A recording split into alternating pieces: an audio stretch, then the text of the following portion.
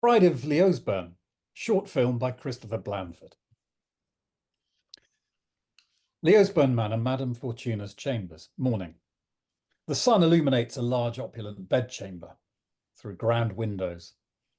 Its design inspired by 16th century English aesthetics, intricate carvings adorn almost every single piece of wooden furniture. Sat at a large vanity, powder being applied by a lady in waiting, is Madame Fortuna. 25 ornately designed gown, complementing her title, a poised picture of elegance, eyes closed. Her lady in waiting stops as frantic knocking is audible across the room. Madame Fortuna opens her eyes, visibly annoyed. Heavens take me! Go see what they want, will you? Of course, Madame Fortuna. The lady in waiting approaches the doors, opening them to reveal the court mage, Anastasia, 32, a large mahogany staff in hand, and a dress that resembles a sea of stars. She does a very brief curtsy before jogging swiftly into the room. Forgive the intrusion, madam. I do believe I have made a mistake of grand proportions. Indeed you have. I believe I gave strict orders not to be disturbed until today's proceedings were due to begin. Or do I have to remind you by ordering your dismissal and subsequent admission into the dungeons? Well, yes, I was well aware of that, madam. It's just... Well, you're aware that Sir Leosburn requested some assistance in regards to encouraging pride for himself and his men before Sir Wolfgang's visit. Get to the point. Very well. I believe it would be best if you followed me, madam. Madame Fortuna, her lady in waiting, and Anastasia all stand on a balcony, looking down on a grand courtyard.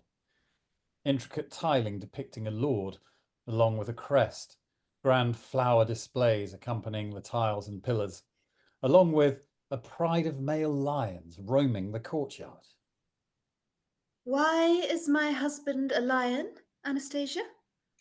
Well, it's very easy to slip up with the pronunciation of arcane magics. They're tricky, and my throat was dry at the time. They became a pride instead of being filled with pride. Could have happened with any mage, honestly. Quite. Unfortunately, it wasn't any mage who made a mockery of her lord and lady, was it? Give me a reason why I shouldn't have you executed right now. Oh, right you are, Madame Fortuna. I can only apologise for my transgressions. I can actually provide you with 3 reasons why I shouldn't be executed. Those reasons being? Number 1, I am the only person who will be able to undo the mass polymorph. Number 2, the executioner was one of the ones affected by my magical mishap. Number 3, Sir Wolfgang will be arriving in the next half hour, so I imagine you may need some extra assistance. No! No! Sir Leosburn can't be seen like this. Our esteemed status shall be tarnished. Do you have any idea what you've done? I accidentally turned the males of the manor into lions. That's why we... Yes! Thank you, Anastasia. I am well aware of that. And why did you ask? What are you going to do about it? I do have an idea. Do you think it would be possible to gather the stewards and remaining knights? Madame Fortuna, now sporting a fan and oversized wig, her lady in waiting and multiple female knights stand before the entrance. The grounds are well maintained, with several large trimmed hedges, exotic plants, and a cobblestone pathway. They watch as a horse and carriage arrive. How many carriages were to be expected? 4, according to yesterday's messenger, madam. Oh, thank the gods. Perhaps Sir Wolfgang died in battle or something, so they only sent an envoy. What luck. Yes, I'm sure his death would be very convenient for us all, madam. Sir Leosburn always hated his laugh, after all. Truly, he sounded like a mad knoll. It was quite unsightly. Madame Fortuna fans herself as the carriage comes to a stop.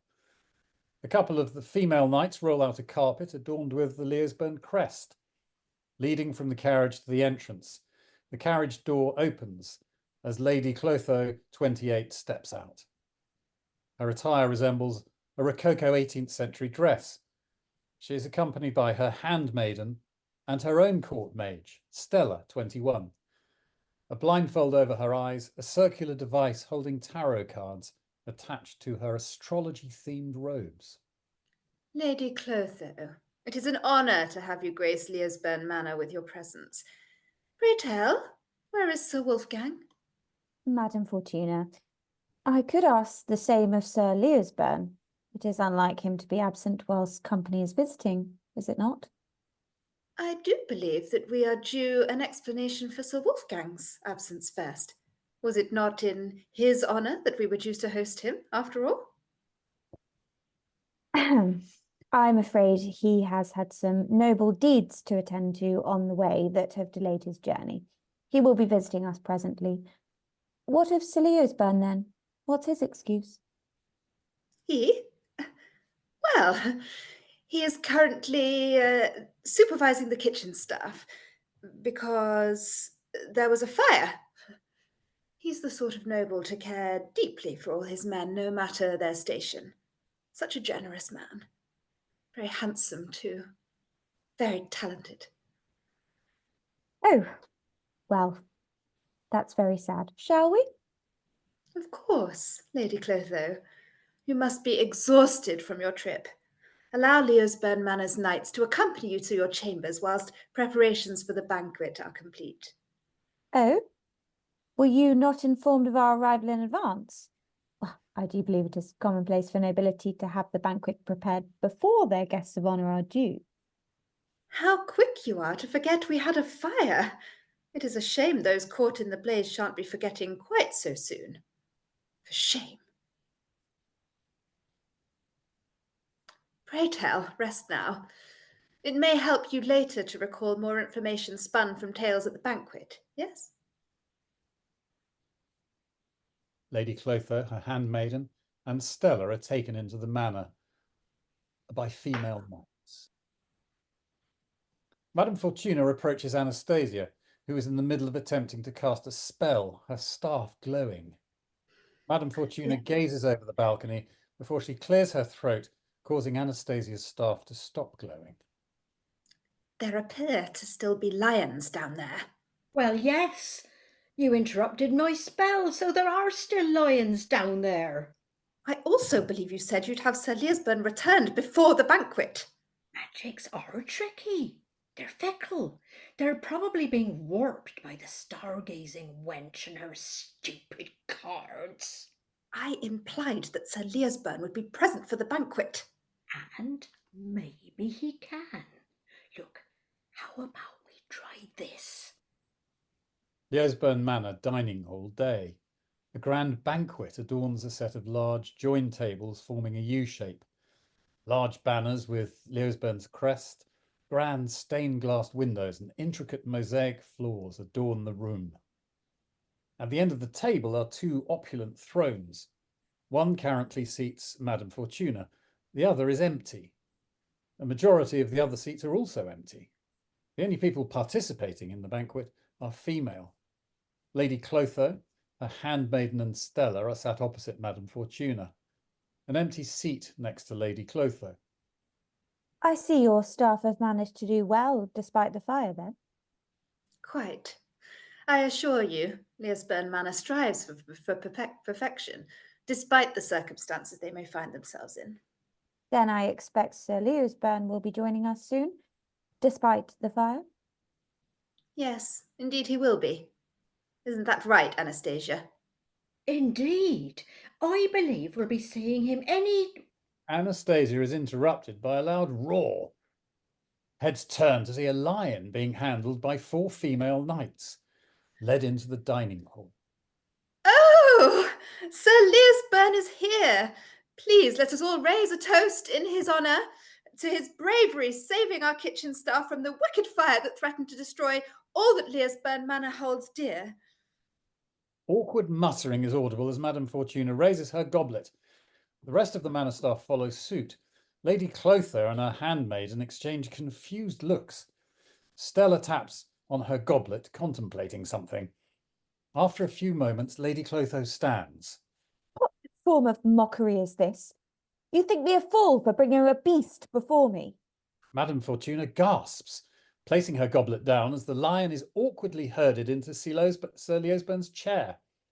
Madame Fortuna slowly edging slightly to the side of her seat to avoid the occasional swipe from the lion. Shame upon you, Lady Clotho. Do you not see? It is clear as day that this man is Sir Leosburn. How dare you make such crude commentary towards my husband? Are you of sound mind? It is clear that we are all beholding a lion, is it not?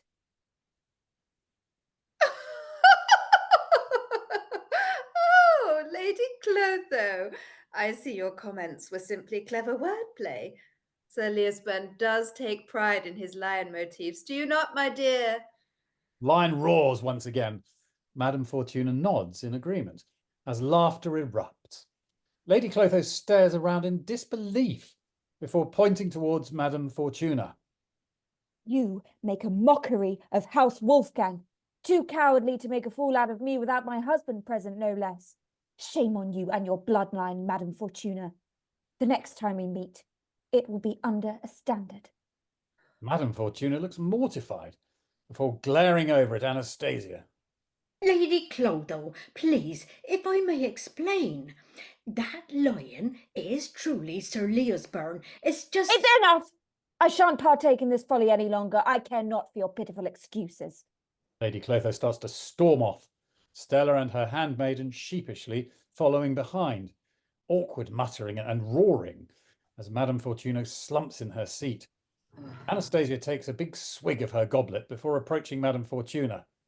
Madame Fortuna stares dead ahead at the doors on the opposite end of the room.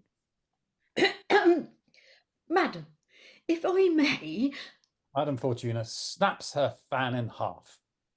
You've not just turned my husband into a lion. You've single-handedly caused the fall of Leosburn Manor, all before sunset. What could you possibly have to say to me that won't stop me from feeding you to my husband here and now? Well, if I may borrow a horse, there is something that could be done. Road leading out of Leosburn Manor territory. Evening. A large open plain. Leosburn Manor is barely visible in the background. Lady Clotho, Stella and the handmaiden are travelling back in the coach they arrived in. They're stopped as their horse is spooked. What now? Have I not experienced enough foolishness for one day? My lady, I believe your husband draws near. I sense his aura. Nonsense. The horses adore him. Why would his presence spook them so? My lady, do you see that? See what? Why must you insist on speaking in questions? Speak plain. That wolf has Sir Wolfgang's sword in its mouth. A wolf stands before the coach, wagging its tail as it drops the sword before Lady Clotho. End.